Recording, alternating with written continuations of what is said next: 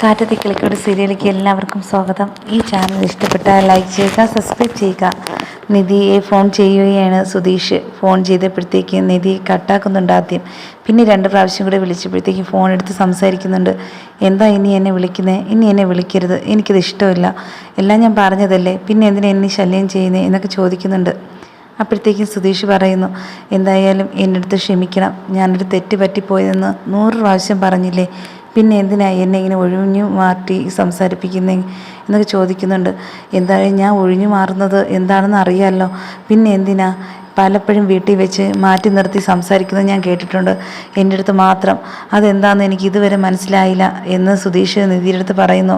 അതെന്താണെന്ന് എനിക്കറിയാം, എൻ്റെ അടുത്ത് അമിതമായിട്ട് സ്നേഹം കാണിക്കുന്നത് തോന്നുമ്പോഴാണ് ഞാൻ വിചാരിക്കുന്നത് വേണ്ട, ഇനിയൊന്നും മിണ്ടണ്ട എന്ന് വിചാരിച്ചിട്ട് ഞാൻ അവരുടെ അടുത്ത് സംസാരിക്കുന്നത് എന്ന് നിധി പറയുന്നുണ്ട് സുധീഷിൻ്റെ അടുത്ത്. എന്തായാലും എനിക്ക് അപ്പോഴത്തേക്കൊക്കെ ദേഷ്യം തോന്നുമായിരുന്നു, ആ ഒരു കാര്യം കൊണ്ടാണ് ഇത്രയും ഇങ്ങനെയൊക്കെ ആയത് എന്നും പറയുന്നു.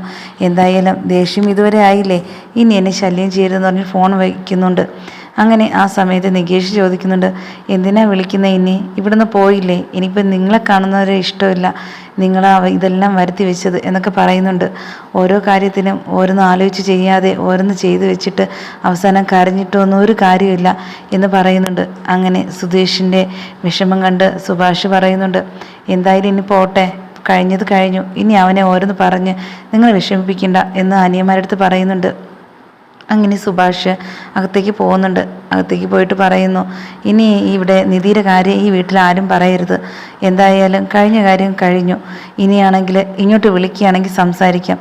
അതുമാത്രമല്ല സുഭാഷ് ആണെങ്കിൽ വീണ്ടും ഒരു കാര്യം കൂടെ പറയുന്നുണ്ട്, ഇനി അവനെ വിളിക്കുകയോ സംസാരിപ്പിക്കുകയോ ചെയ്യരുത് എന്ന് നികേഷിൻ്റെ അടുത്ത് പറയുന്നുണ്ട്. എന്തു പറഞ്ഞേ എന്ന് കേട്ടില്ല എന്ന് പറയുന്നുണ്ട് നികേഷ്. അതോ ഇനി അവനെ വിട്ട് നിങ്ങളും വിളിപ്പിക്കരുത് അവനെ, അതുകൊണ്ടാണ് പറഞ്ഞേ. നിധിയാണെങ്കിൽ ഭയങ്കര ദേഷ്യത്തിലാണ്, എന്നെ ഫോൺ ചെയ്ത് പറഞ്ഞിരുന്നു അവൻ എപ്പോഴും വിളിച്ച് ശല്യം ചെയ്യുമെന്ന് പറഞ്ഞ്, അതുകൊണ്ട് ഇനി ഒരു അബദ്ധം കൂടെ ഇനി കാണിക്കരുത് ആരും എന്ന് പറയുന്നുണ്ട്. ഇത് കേട്ട് ഭാസ്കരൻ പറയുന്നുണ്ട്, എന്തായാലും ഇതൊരു ശല്യമാണോ, ഇത്രയും നാൾ ഇവിടെ നിന്നതൊക്കെ മറന്നുപോയ അവള്, ഞാനൊന്നും ഒന്ന് പോയി കാണുന്നുണ്ട്, ഞാൻ ഒരിക്കൽ കണ്ടപ്പോഴത്തേക്കും പറഞ്ഞു എല്ലാ കാര്യങ്ങളും, എന്നാലും ഒരു വ്യത്യാസം ഇല്ലെന്ന് തോന്നുന്നേ, ഇനി ഒരിക്കൽ കൂടെ ഞാൻ അങ്ങോട്ട് പോകാം എന്ന് പറയുന്നുണ്ട്. അങ്ങനെ സുഭാഷ് പറയുന്നു, വേണ്ട വേണ്ട, ഇനി ആരും അങ്ങോട്ടത്തേക്ക് പോകണ്ട, അവളവിടെ സ്വസ്ഥമായിട്ട് അവിടെ പോയി ജോലി ചെയ്ത് അവൾ ജീവിച്ചോട്ടെ, എന്തിനാ ബാക്കി ശല്യം ചെയ്യുന്നത് എന്നൊക്കെ ചോദിക്കുന്നുണ്ട്. എന്തായാലും ഒരു ശല്യമൊന്നും അല്ലല്ലോ, അവളെ കല്യാണം കഴിച്ചതല്ലേ എന്തായാലും, അതുകൊണ്ട് ഭർത്താവല്ലതാവില്ലല്ലോ, അതുകൊണ്ട് നീ ഇനി പോകണം എന്ന് ഭാസ്കരൻ സുധീഷിൻ്റെ അടുത്ത് പറയുന്നുണ്ട്. അപ്പോഴത്തേക്ക് സുഭാഷ് പറയുന്നു, ഇനിയും ഓരോന്ന് പറഞ്ഞ് ഇളക്കി വിടുകയാണോ, ഇത്രയും കാര്യം നടന്നതൊന്നും മറന്നുപോയോ എല്ലാവരും എന്നൊക്കെ വീണ്ടും ചോദിക്കുന്നുണ്ട്. ഒരു കാര്യവും മറന്നില്ല, ഇനി ഇവിടെ വരാൻ പോകുന്ന ഒരു മാറ്റം കൂടെ ഉണ്ട്, അതുകൂടെ നീ മനസ്സിലാക്കണം എന്ന് ഭാസ്കരൻ പറയുന്നുണ്ട്. എന്തോന്ന് മാറ്റം, ഇത്രയും നാളൊരു മാറ്റം വന്നത് കണ്ടില്ലേ, ഇനിയും മാറ്റം വരാനുണ്ടോ എന്നൊക്കെ ചോദിക്കുന്നുണ്ട്.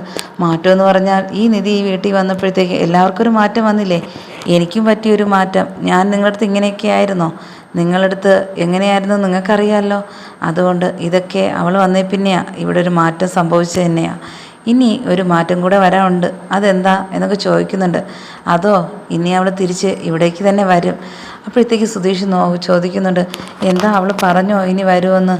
ഇല്ല, എൻ്റെ അടുത്ത് പറഞ്ഞില്ല, എന്നാലും എൻ്റെ മനസ്സ് പറയുന്നു വരുമെന്ന്. എന്തായാലും അവളെ വീട്ടിലേക്ക് അച്ഛനടുത്ത് ഒന്ന് സംസാരിക്കണമെന്ന് എനിക്കുണ്ട്. അപ്പോഴത്തേക്കും സുഭാഷ് പറയുന്നുണ്ട്, ഇതൊന്നും അവളെ വീട്ടിൽ അറിയിക്കേണ്ട കാര്യമില്ല, എങ്കിൽ ഇനി നേരെ അവളെ വിളിച്ചുകൊണ്ട് അങ്ങോട്ടായിരിക്കും പോകുന്നത് എന്നും പറയുന്നുണ്ട്. അങ്ങനെ നിധിയാണെങ്കിൽ സുഭാഷിനെ ഫോൺ ചെയ്യുന്നുണ്ട്. എന്തായാലും ഇനിയാണെങ്കിലും ഒരു കാര്യം വ്യക്തമായിട്ട് കേൾക്കണം, സുധീഷാണെങ്കിൽ എന്നെ നിരന്തരം വിളിച്ചുകൊണ്ടിരിക്കുക, എനിക്ക് ഫോൺ എടുക്കാനായി തോന്നുന്നില്ല, ഞാൻ ഇനി വിളിക്കുമ്പോൾ ഫോൺ എടുക്കില്ല, ഇനി എന്നെ വിളിക്കരുതെന്ന് പറയണം എന്ന് പറഞ്ഞു. എന്തായാലും ഇനി വിളിക്കില്ല, എന്തായാലും എപ്പോൾ തോന്നിയാലും ഇങ്ങോട്ട് വരണം എന്ന് നിധിയോട് സുഭാഷ് പറയുന്നുണ്ട്. ഓരോരോ കാര്യങ്ങൾ പറഞ്ഞ് എപ്പോഴും വഴക്കിടുന്ന സുധീഷിനെയും നിധിയെയും മാത്രമേ ഈ വീട്ടിൽ കണ്ടിട്ടുള്ളൂ. എന്നാലും ചില സമയത്ത് സ്നേഹത്തോടെ ഇരിക്കുമ്പോഴത്തേക്കും എന്തെങ്കിലും പറഞ്ഞ് ബഹളം വയ്ക്കുന്നത് ഒരേ ഒരാളായിരുന്നു ഭാസ്കരൻ. അതുപോലെ തന്നെ ഇത് ഇളക്കി വിട്ടതും ഭാസ്കരൻ തന്നെയാണ്. ഓരോന്ന് പറഞ്ഞ് എങ്ങനെയും അവരെ ബഹളം വയ്പ്പിക്കാതെ സ്നേഹത്തോടെ പോട്ടെ എന്ന് പറഞ്ഞാൽ ഇങ്ങനെയൊക്കെ ചെയ്തതെന്ന് ഭാസ്കരൻ വീണ്ടും പറയുന്നുണ്ട്. ഓരോരോ കാര്യത്തിലും ഇനി വിളിക്കൂല എന്ന് പറയണം എന്ന് സുഭാഷ് നിധിയുടെ അടുത്ത് പറയുന്നുണ്ട്. ഓരോ കാര്യങ്ങൾ പറഞ്ഞ് ഇനി വിളിക്കില്ല, വിഷമിക്കില്ല എന്നും പറയുന്നുണ്ട്. എന്നാൽ നിധിയാണെങ്കിൽ ഭാസ്കരൻ ഇവിടെ പറയുന്നത് കേട്ടുകൊണ്ടിരുന്നിട്ട് പറയുന്നുണ്ട്, ഞാൻ അവിടെ പറയുന്നതെല്ലാം കേട്ടു, ഇനി അങ്ങോട്ട് വിളിക്കില്ല എന്ന് പറയുന്നുണ്ട്. അതെന്താ അങ്ങനെ പറഞ്ഞേ? നിനക്ക് ഇത്രയും പെട്ടെന്ന് നമ്മളെയൊക്കെ മറന്നോ എന്നൊക്കെ ചോദിക്കുന്നുണ്ട് സുഭാഷ്. ഇല്ല, അച്ഛനവിടെ പറഞ്ഞത് ഞാൻ കേട്ടു എന്ന് പറഞ്ഞിട്ട് ഫോൺ വെക്കുന്നുണ്ട്. അങ്ങനെ ഫോൺ വെച്ചിട്ട് സുധീഷ് ഭാസ്കരൻ്റെ അടുത്ത് പറയുന്നുണ്ട്, ആരെങ്കിലും ഫോൺ വിളിച്ചാൽ എന്തെങ്കിലും വിളിച്ച് പറയുന്നത് കേട്ടുകൊണ്ടിരിക്കും.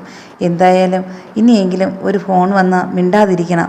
ഇപ്പോഴാണെങ്കിൽ ഇനി വിളിക്കില്ല എന്ന് പറഞ്ഞിട്ടാണ് നിധി ഫോൺ വെച്ചത് എന്ന് പറയുന്നുണ്ട്. അങ്ങനെയാണോ? എങ്കിൽ ഞാൻ പോയെന്ന് കാണാം എന്ന് ഭാസ്കരൻ പറയുന്നുണ്ട്. അങ്ങനെ സുധീഷ് ആലോചിച്ചുകൊണ്ടിരുന്നിട്ട് സുധീഷും പറയുന്നുണ്ട്, എന്തായാലും എനിക്ക് നിധിയെ കാണണമെന്ന് തോന്നുന്നുണ്ട്, ഞാനൊന്ന് പോയിട്ട് വരാം എന്ന് പറഞ്ഞിട്ട് നിധിയെ കാണാൻ വേണ്ടി രാത്രിയിലേക്ക് പോവുകയാണ്. രാത്രി നടന്ന് പോയപ്പോഴത്തേക്കും വീണ്ടും വിളിക്കുന്നുണ്ട്, വാ പോണ്ടെന്ന് പറഞ്ഞിട്ട് വിളിക്കുന്നുണ്ട് സുധീഷിനെ. എന്നാൽ ഒന്ന് കേൾക്കാതെ പോകുന്നുണ്ട്.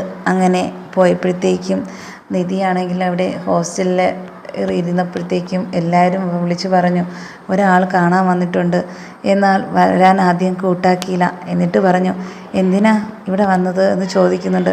അത് നിന്നെ കാണണം, എനിക്ക് മാപ്പ് പറയണം. എനിക്കിനി ആരെയും മാപ്പൊന്നും കേൾക്കേണ്ട കാര്യമില്ല, ഇത്രയൊക്കെ ആയില്ലേ, ഇനി ഞാൻ ഇവിടെയാണ് താമസിക്കുന്നത്, ഇനി എന്നെ ഇവിടെ കൂടെ വന്ന് ബുദ്ധിമുട്ടിക്കരുത്. ഇവിടെ എല്ലാവരും കേട്ടുകൊണ്ടിരിക്കുക, നിങ്ങളിവിടെ എന്നെ ഇങ്ങനെ വിളിച്ചു വരുത്തിയിരിക്കുന്നത്. എന്തായാലും അവരെന്താ എന്നെക്കുറിച്ച് വിചാരിക്കുക, അതുകൊണ്ട് ഇനിയെങ്കിലും ഇവിടെ വരരുത്.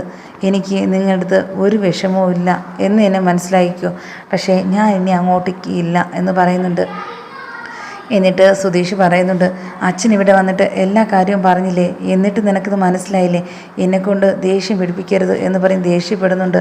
ഇത് കേട്ടിട്ട് നിധി പറയുന്നുണ്ട്, നിങ്ങൾക്ക് ദേഷ്യപ്പെടാനും അതുപോലെ തന്നെ എന്ത് പറയാനും പറ്റിയ ആളല്ല ഞാൻ, അത് വേറെ ആളെന്ന് നോക്കിക്കൊള്ളാം എന്ന് പറയുന്നുണ്ട്.